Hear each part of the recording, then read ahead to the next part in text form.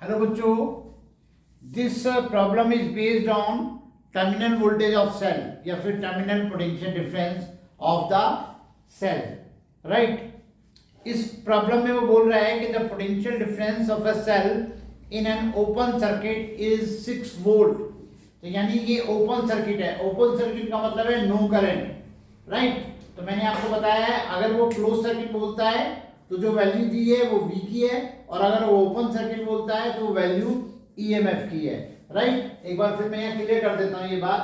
V is equal to E minus IR। तो यहाँ पे जो V बताया जा रहा है वो क्लोज सर्किट के केस में है, terminal voltage of the cell है। अगर मैं I इज इक्वल टू 0 रख देता हूँ तो V is equal to E हो जाएगा। तो यहाँ पर ये जो है वो ओपन सर्किट का केस हो गया, यानी नो करंट थ्रू गैल्वेनोमीटर। तो जैसे उसने वैल्यू 6 वोल्ट आपको दे रखी है ओपन सर्किट में, इसका मतलब EMF दिया हुआ है। ओके, तो ये हमारा है, इसमें आपको जो EMF है वो आपको 6 वोल्ट दिया हुआ है। एक बार मैं लाइन रिपीट कर देता हूं। The potential difference of a cell in an open circuit is 6 volt which falls to 4 volt when a current of 2 ampere is drawn from the cell. That means अब जो वोल्टेज है वो आपकी 4 volt हो गई और करंट है आपका 2 एम्पियर, राइट। तो अब आपसे पूछा गया है EMF तो हमारा ये हो ही गया, ये आंसर आ ही गया EMF का। ओके, और कहा है internal resistance of the cell, internal resistance of the cell आपसे पूछा गया है, राइट। तो इसमें हम यूज करेंगे V is equal to E minus IR। V आपको कितना दिया हुआ है 4, E आपको दिया हुआ है 6। अब ये देखिएगा, समझ लीजिए इस चीज को, यहाँ पर V लेस देन E है, डिस्चार्जिंग का केस है। ये देखिए ये 4 है और ये 6 है। ओके, तो ये V is equal to E minus IR में मैं ये वैल्यू पुट कर रहा हूँ, ये 2 एम्पियर इंटू R। अब हमारे लिए ये निकालना इजी हो गया, 6 माइनस 4 यानी 2R is equal to 2। That means R is equal to 1 ohm। ये हमारा फाइनल आंसर है।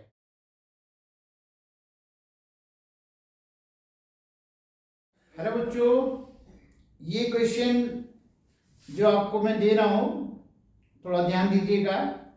इसमें कहा गया है a battery of EMF E and internal resistance small r। एक बैटरी है, समझिएगा इसको पूरी तरीके से। ये आपका सेल है या बैटरी है जिसका EMF E है और इंटरनल रेजिस्टेंस स्मॉल r मैंने लिखा है यहाँ पे। वो कहता है gives a current of 0.5 ampere.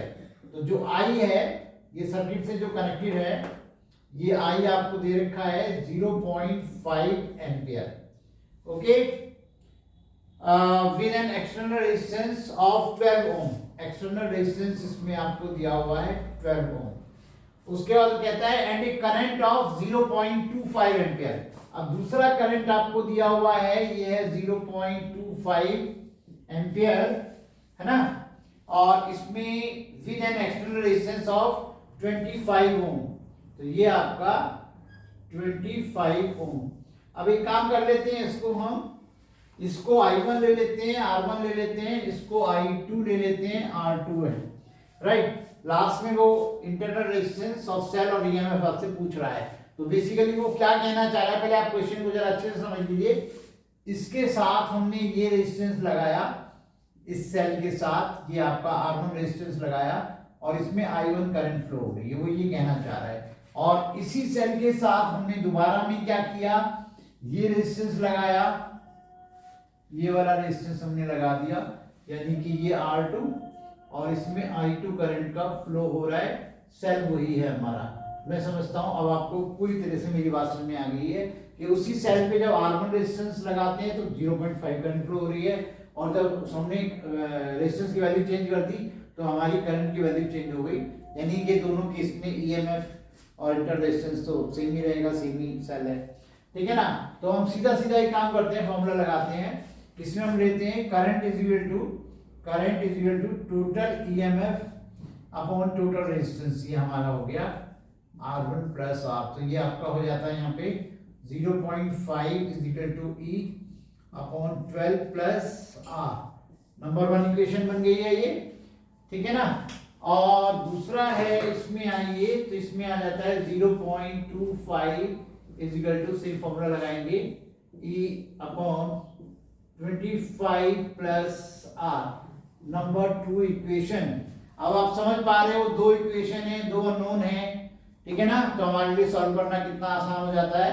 तो हम अभी काम कर लेते हैं इसमें, हम कि फर्स्ट में सेकंड को हम डिवाइड कर देते हैं, ठीक है ना। जब हम इसको डिवाइड करेंगे, फर्स्ट में सेकंड को डिवाइड करेंगे, तो ये आपका आएगा 0.5 और ये आ जाएगा 0.25, ठीक है। डिवाइड यहाँ करेंगे हम, ये हो गया E अपॉन 12 प्लस R, और ये हो गया आपका E upon 25 plus R, E से E खत्म हो गया, है ना।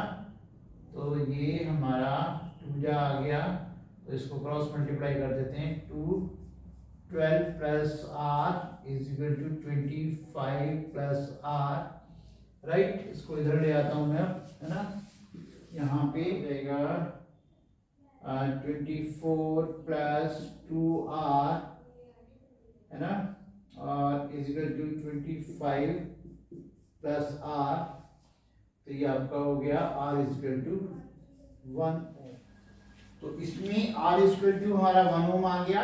R इज इक्वल टू 1 ओम को चाहे क्वेश्चन पर सेकंड में पुट कर लीजिए, चाहे फर्स्ट में पुट कर लीजिए, आपका E निकल आएगा। चलिए पुट इन फर्स्ट में पुट कर लेते हैं, पुट इन फर्स्ट, इसमें हम पुट कर लेते हैं बच्चों। जब हम पुट करेंगे तो ये हो जाएगा 0.5 is equal to E upon 12 plus R, यानी 12 प्लस 1, ये बन गया आपका 13 इधर चला गया, तो E इज इक्वल टू हो गया 0.5 into 13 is equal to 6.5 volt, ये इसका आंसर हो गया। ओके बच्चों,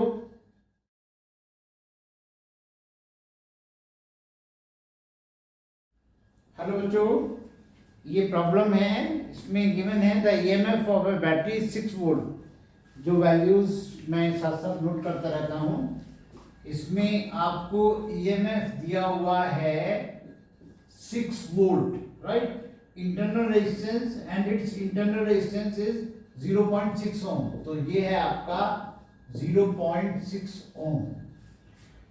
A wire of resistance 2.4 ohm is connected to 2 ends of the battery.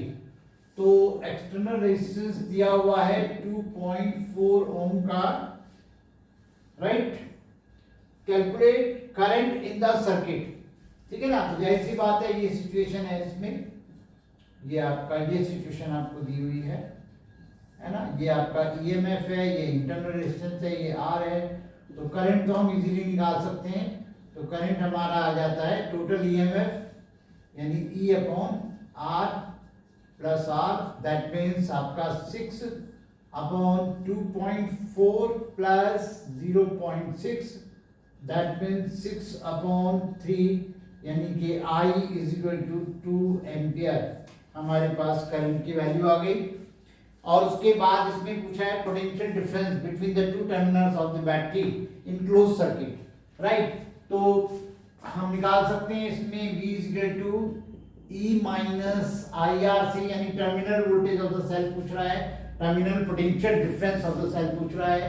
तो यहाँ पे हमारा है 6 माइनस I आपको दिया हुआ है 2 इंटू स्मॉल r, यानी कि 0.6, तो आपका 6 माइनस 1.2, तो ये हो गया 4.8 वोल्ट, ठीक है ना। या इसको सीधा सीधा हम ऐसे भी निकाल सकते हैं, V इक्वल टू IR से। I कितना है आपका, I दिया हुआ है 2, और कैपिटल R कितना है 2.4, दैट मीन्स 4.8 वोल्ट। सीधा सीधा इस तरह से भी आप निकाल सकते हो, चाहे आप ऐसे निकाल दीजिए, चाहे ऐसे निकाल दीजिए, क्योंकि सेल की जो टर्मिनल वोल्टेज होगी वो वही होगी जो इसमें V इक्वल टू IR हमारा खर्च हो रहा है। Okay, potential difference across capital R जो होगा। क्लियर? ओके बच्चों,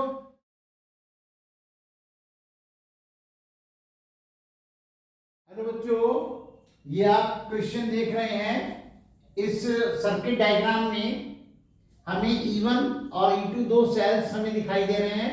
E1 का ईएमएफ है 4 वोल्ट और इसका इंटरनल रेजिस्टेंस है 0.5 ओम, और जो E2 है इसका EMF है 8 वोल्ट और इसका इंटरनल रेजिस्टेंस है 1 ओम, राइट। और 3 रेजिस्टेंस ये लगे हुए हैं, ये आपका 4.5 ओम, ये आपका 3 ओम और ये आपका 6 ओम, राइट। तो अब हम इसमें हमसे पूछा गया है calculate terminal potential difference across E1 and E2। E1 और E2 की आपको टर्मिनल पोटेंशियल डिफरेंस यानी टर्मिनल वोल्टेज बतानी है। तो इसके लिए पहले हम सर्किट का करंट निकालेंगे। तो जैसे आप देख पा रहे हो ये दोनों पैरेलल में है और उसके साथ ये सीरीज में है, तो टोटल रेजिस्टेंस हम निकाल लेते हैं। 3 और 6 हमने ये लिया, तो ये आपका हमारे पास आ जाता है ये आपका 6 2 + 1 यानी 3/6। फाइनली हमें यहाँ पे पैरेलल में मिल गया 3/6 का मतलब है 2 ओम रेजिस्टेंस, ओके। और ये इसके साथ जो है हमारा सीरीज में है, तो ये रेजिस्टेंस हमारा आ जाता है 4.5 + 2 यानी कि 6.5 ओम टोटल एक्सटर्नल रेजिस्टेंस हो गया। अब हमें सर्किट के करंट निकालनी है, ठीक है ना। तो ये आपका करंट इन द सर्किट हो जाएगा, करंट I = टोटल वोल्टेज यानी टोटल EMF। टोटल EMF है 8 + 4 नहीं -4, 8 - 4, तो ये हो गया 8 - 4। ये शायद उल्टा लगा हुआ है, इसके रिस्पेक्ट में आप देख सकते हो। और ये आपका टोटल रेजिस्टेंस हो जाएगा 6.5 + 0.5 + 1 यानी कि 1.5। तो दैट मीन्स हमने लिया 4 ये आपका 8, तो ये 1/2 एम्पियर का जो करंट है वो इसमें ऐसे फ्लो होगा इस तरीके से, राइट। तो अब आप देख पा रहे हो कि यहाँ पर ये सेल तो हमारा डिस्चार्जिंग में है और ये सेल हमारा चार्जिंग पर है। तो अब हम टर्मिनल वोल्टेज निकालेंगे। टर्मिनल वोल्टेज निकालने के लिए हम निकालेंगे लेंगे E1 के लिए लेंगे V E + IR। चलिए इसको V1 E1 कर लेते हैं। ये हमारा चार्जिंग का केस है ना, ये चार्जिंग का केस है, इसलिए हमें E + IR लेना हो रहा है। तो ये हमारे पास हो गया 4 + I आपका 1/2 0.5, ये आपका हो गया 4 + 0.25 दैट मीन्स 4.25 वोल्ट। ये हमारा टर्मिनल पोटेंशियल जो डिफरेंस है इस E1 सेल का ये आ गया 4.25 वोल्ट, ठीक है ना। ये बात हम कर रहे थे किसके लिए, E1 के लिए। अब हम किसके लिए बात करेंगे, E2 के लिए, राइट। तो इसमें चूंकि डिस्चार्जिंग पर है तो ये हम लगाएंगे V E - IR, ओके। इसको हम कर लेते हैं V2 E2 R2 लिख लेते हैं। और ये डिस्चार्जिंग का केस है, डिस्चार्जिंग का केस हो गया बच्चों। तो ये आपका E2 आपका कितना है 8 - IR, R कितना है 1, ठीक है ना। तो ये आपका हो गया 8 - 0.5 यानी ये हो गया 7.5 वोल्ट। तो एक आंसर ये हो गया आपका और एक आंसर ये हो गया। ध्यान रहे जब भी सेल चार्जिंग पे होगा तो E - IR यूज करेंगे, सॉरी जब चार्जिंग पे होगा तो E + IR यूज करेंगे और जब डिस्चार्जिंग पे होगा तो E - IR यूज करेंगे। क्लियर, ओके बच्चों। हेलो बच्चों, ये क्वेश्चन मैंने बोर्ड पे लिखा है, देखिएगा। इसमें 4 cells of identical EMF E, internal resistance small r, ये identical EMF है E, right, are connected in series to a variable resistor. The graph shows the variation of terminal voltage of cells combination with current. Graph हमें current x axis पे हमें current दी हुई है, current की different values हमें दी हुई है, right. और यहाँ पे हमें टर्मिनल वोल्टेज दी हुई है। बेसिकली क्या है इस क्वेश्चन में 4 सेल्स हैं, मतलब ऐसा आप ऐसे मान के चलिए जैसे सिचुएशन ये है कि आपने ये 4 सेल हैं, राइट, और इनके साथ एक ही रेजिस्टेंस लगा हुआ है और जो ये रेजिस्टेंस है ये वेरिएबल रेजिस्टेंस है क्योंकि और हर एक सेल का जो ईएमएफ है वो इंटरनल रेजिस्टेंस स्मॉल r है। 4 जो सेल्स दिए हुए हैं, ठीक है ना। तो अगर हम आर की वैल्यू को चेंज करेंगे तभी तो इसमें फ्लो होने वाली करंट चेंज होगी। तो करंट की डिफरेंट डिफरेंट वैल्यूज पर हमने वी की डिफरेंट डिफरेंट वैल्यूज ली हुई हैं। ये ए और बी के अक्रॉस वोल्टेज है, ठीक है ना। इसको हम आप ऐसे भी समझ सकते हैं, जब चारों सेट को हम कंबाइन कर लें, है ना, तो हमारा डायग्राम हम इस तरह से बना सकते हैं। ये देखिए, ये ई डैश हो गया, ये आपका आर डैश हो गया, यानी चारों सेल्स को हमने कंबाइन कर लिया, और ये हमारा वेरिएबल जो है ये रेजिस्टेंस हो गया। तो यहाँ पे एक बात समझ लीजिए, यहाँ पे मैं क्लियर कर देता हूँ, ई डैश जो है वो 4e के बराबर हो गया, है ना, ओके, और जो आर डैश हो गया वो 4r के बराबर हो गया, यानी इन चारों को हमने एक सेल मान लिया। तो यहाँ पे हमारा ये ए पॉइंट है, ये बी पॉइंट है। तो इसमें जो करंट फ्लो हो रहा है, ये जो करंट फ्लो हो रहा है, और टर्मिनल पर जितनी वोल्टेज यहां दिखा रहा है ये देखिएगा, ठीक है। तो इसमें हमारे पास जो है, सबसे पहले तो ये पूछा गया है कि हर एक what is the EMF of each cell. सबसे पहले पूछा है what is the EMF of each cell. Cell का ईएमएफ पूछा है, ये देखिएगा, सेल का ईएमएफ हमसे पूछा है। तो ईएमएफ निकालने के लिए हम क्या देखते हैं, जैसा कि ग्राफ में मैंने समझाया हुआ है, अगर हम इस पॉइंट को देखते हैं तो यहां पर जो है हमें ई डैश मिल रहा है 5.6 वोल्ट, ठीक है ना। ये ईएमएफ क्यों है, ये मैक्सिमम वैल्यू ऑफ वी है, और मैक्सिमम वैल्यू ऑफ वी तब होती है जब आई 0 होता है। मैंने आपको बताया हुआ है, एक बार मैं रिमाइंड करा देता हूं, v equal to E minus I R है, ठीक है ना। तो आई अगर 0 होगा तो v इक्वल टू ई हो जाएगा। तो यहाँ पे हमारे पास आप देख रहे हो, उसमें जो है आई 0 है, तो 5.6 जो हो गया वो ई डैश की वैल्यू हो गई, ई डैश का मतलब ये वैल्यू हो गई, राइट।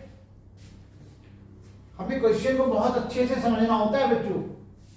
अगर क्वेश्चन बहुत अच्छे से समझ में आ गया तो सॉल्यूशन आराम से हो जाएगा। ई डैश की वैल्यू 5.6 वोल्ट आ गई, ये एक्चुअल में 4e की वैल्यू है, राइट।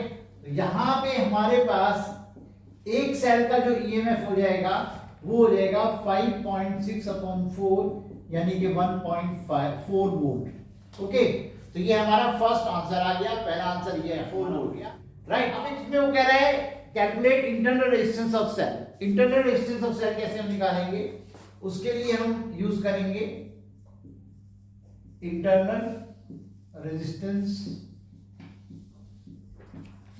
ऑफ सेल में हम यूज कर लेंगे R equal to E minus V upon I, ठीक है।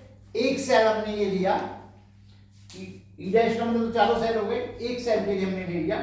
तो करंट जो है, अब यहाँ पे देखिए, यहाँ आपको 1 एम्पियर करंट है, उसके कॉरस्पॉन्डिंग वी की वैल्यू 2.8 है, ठीक है ना। अब हमें बताइए 4 सेल हैं, तो 2.8 को 4 से डिवाइड कर देंगे तो वी निकल आएगा, क्योंकि हम एक सेल की बात कर रहे हैं। ये 1.4 हो गया, और यहाँ पे 2.8 वोल्ट जो है वो इस पॉइंट पे है, 4 सेल्स ले रहे हैं, तो 4 से डिवाइड कर दीजिए तो ये आपका 0.7, और आई की वैल्यू हमने इसकी कॉरस्पॉन्डिंग 1 दिया हुआ है, तो ये आपका 0.7 ओम हो गया, ठीक है ना। एक दूसरे तरीके से भी हम निकाल सकते हैं। दूसरा तरीका क्या है, अनदर मेथड,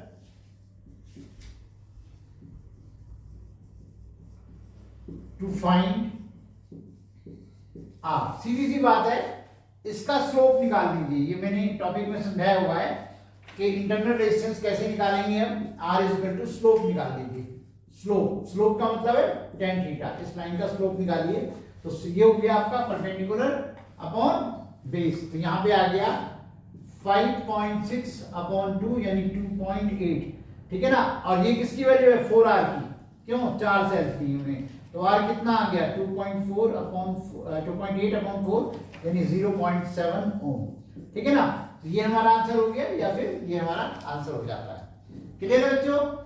अब इसमें तीसरा कहा गया है, सेकंड पार्ट जो इसका है वो कहता है करंट निकालिए। देखिए यहाँ पे एक बड़ी इंपॉर्टेंट बात है, अगर वो सीधे सीधे बोलता था कि मैक्सिमम करंट निकालिए तो हम आंसर दे देते 2 एम्पियर। एकदम करंट की इसमें वो वैल्यू निकालनी है जो पावर डिसिपेशन मैक्सिमम हो, मैक्सिमम पावर कंजप्शन हो रहा हो, ठीक है ना। तो यहाँ पे current I is equal to total EMF